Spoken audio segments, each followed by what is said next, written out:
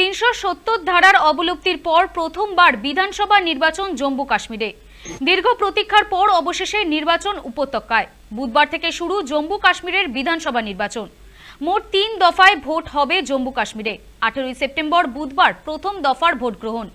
মোট 24টি আসনে ভোট গ্রহণ হবে। প্রথম দফায় দক্ষিণ কাশ্মীর অঞ্চলের 16টি আসনে এবং জম্মু অঞ্চলের 8টি আসনে ভোট হচ্ছে। 219 জন প্রার্থীর ভাগ্য নির্ধারণ হবে। 3276টি বুথে ভোট দিচ্ছে 23 লক্ষ ভোটার। এর মধ্যে কাশ্মীরি পণ্ডিতদের সংখ্যা 35,000। এদিকে বুধবার দিল্লিতেও চলছে ভোট গ্রহণ। এখানকার 4টি বুথে ভোট দিচ্ছেন কাশ্মীর থেকে বিতাড়িত কাশ্মীরি পণ্ডিতরা। 3টি দফায় ভোট গ্রহণ হবে 1 অক্টোবর পর্যন্ত। 8 অক্টোবর ফল ঘোষণা। এদিন সকাল থেকেই বুথমুখী উপত্যকার মানুষ। চলছে অবাধ ভোট গ্রহণ। শেষবার জম্মু ও কাশ্মীরে বিধানসভা নির্বাচন হয়েছিল 2014 সালে। তখন অবশ্য উপত্যকা ছিল পূর্ণ রাজ্য।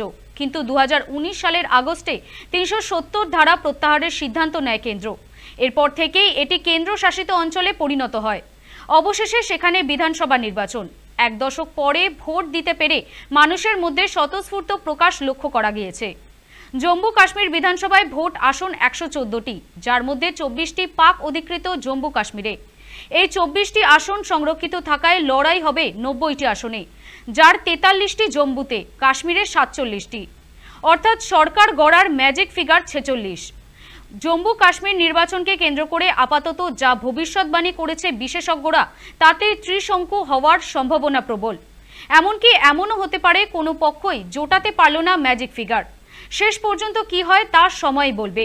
তবে আপাতত 1 দশক পরে বিধানসভা নির্বাচন ঘিরে সাধারণ মানুষের মধ্যে উৎসবের মেজাজ।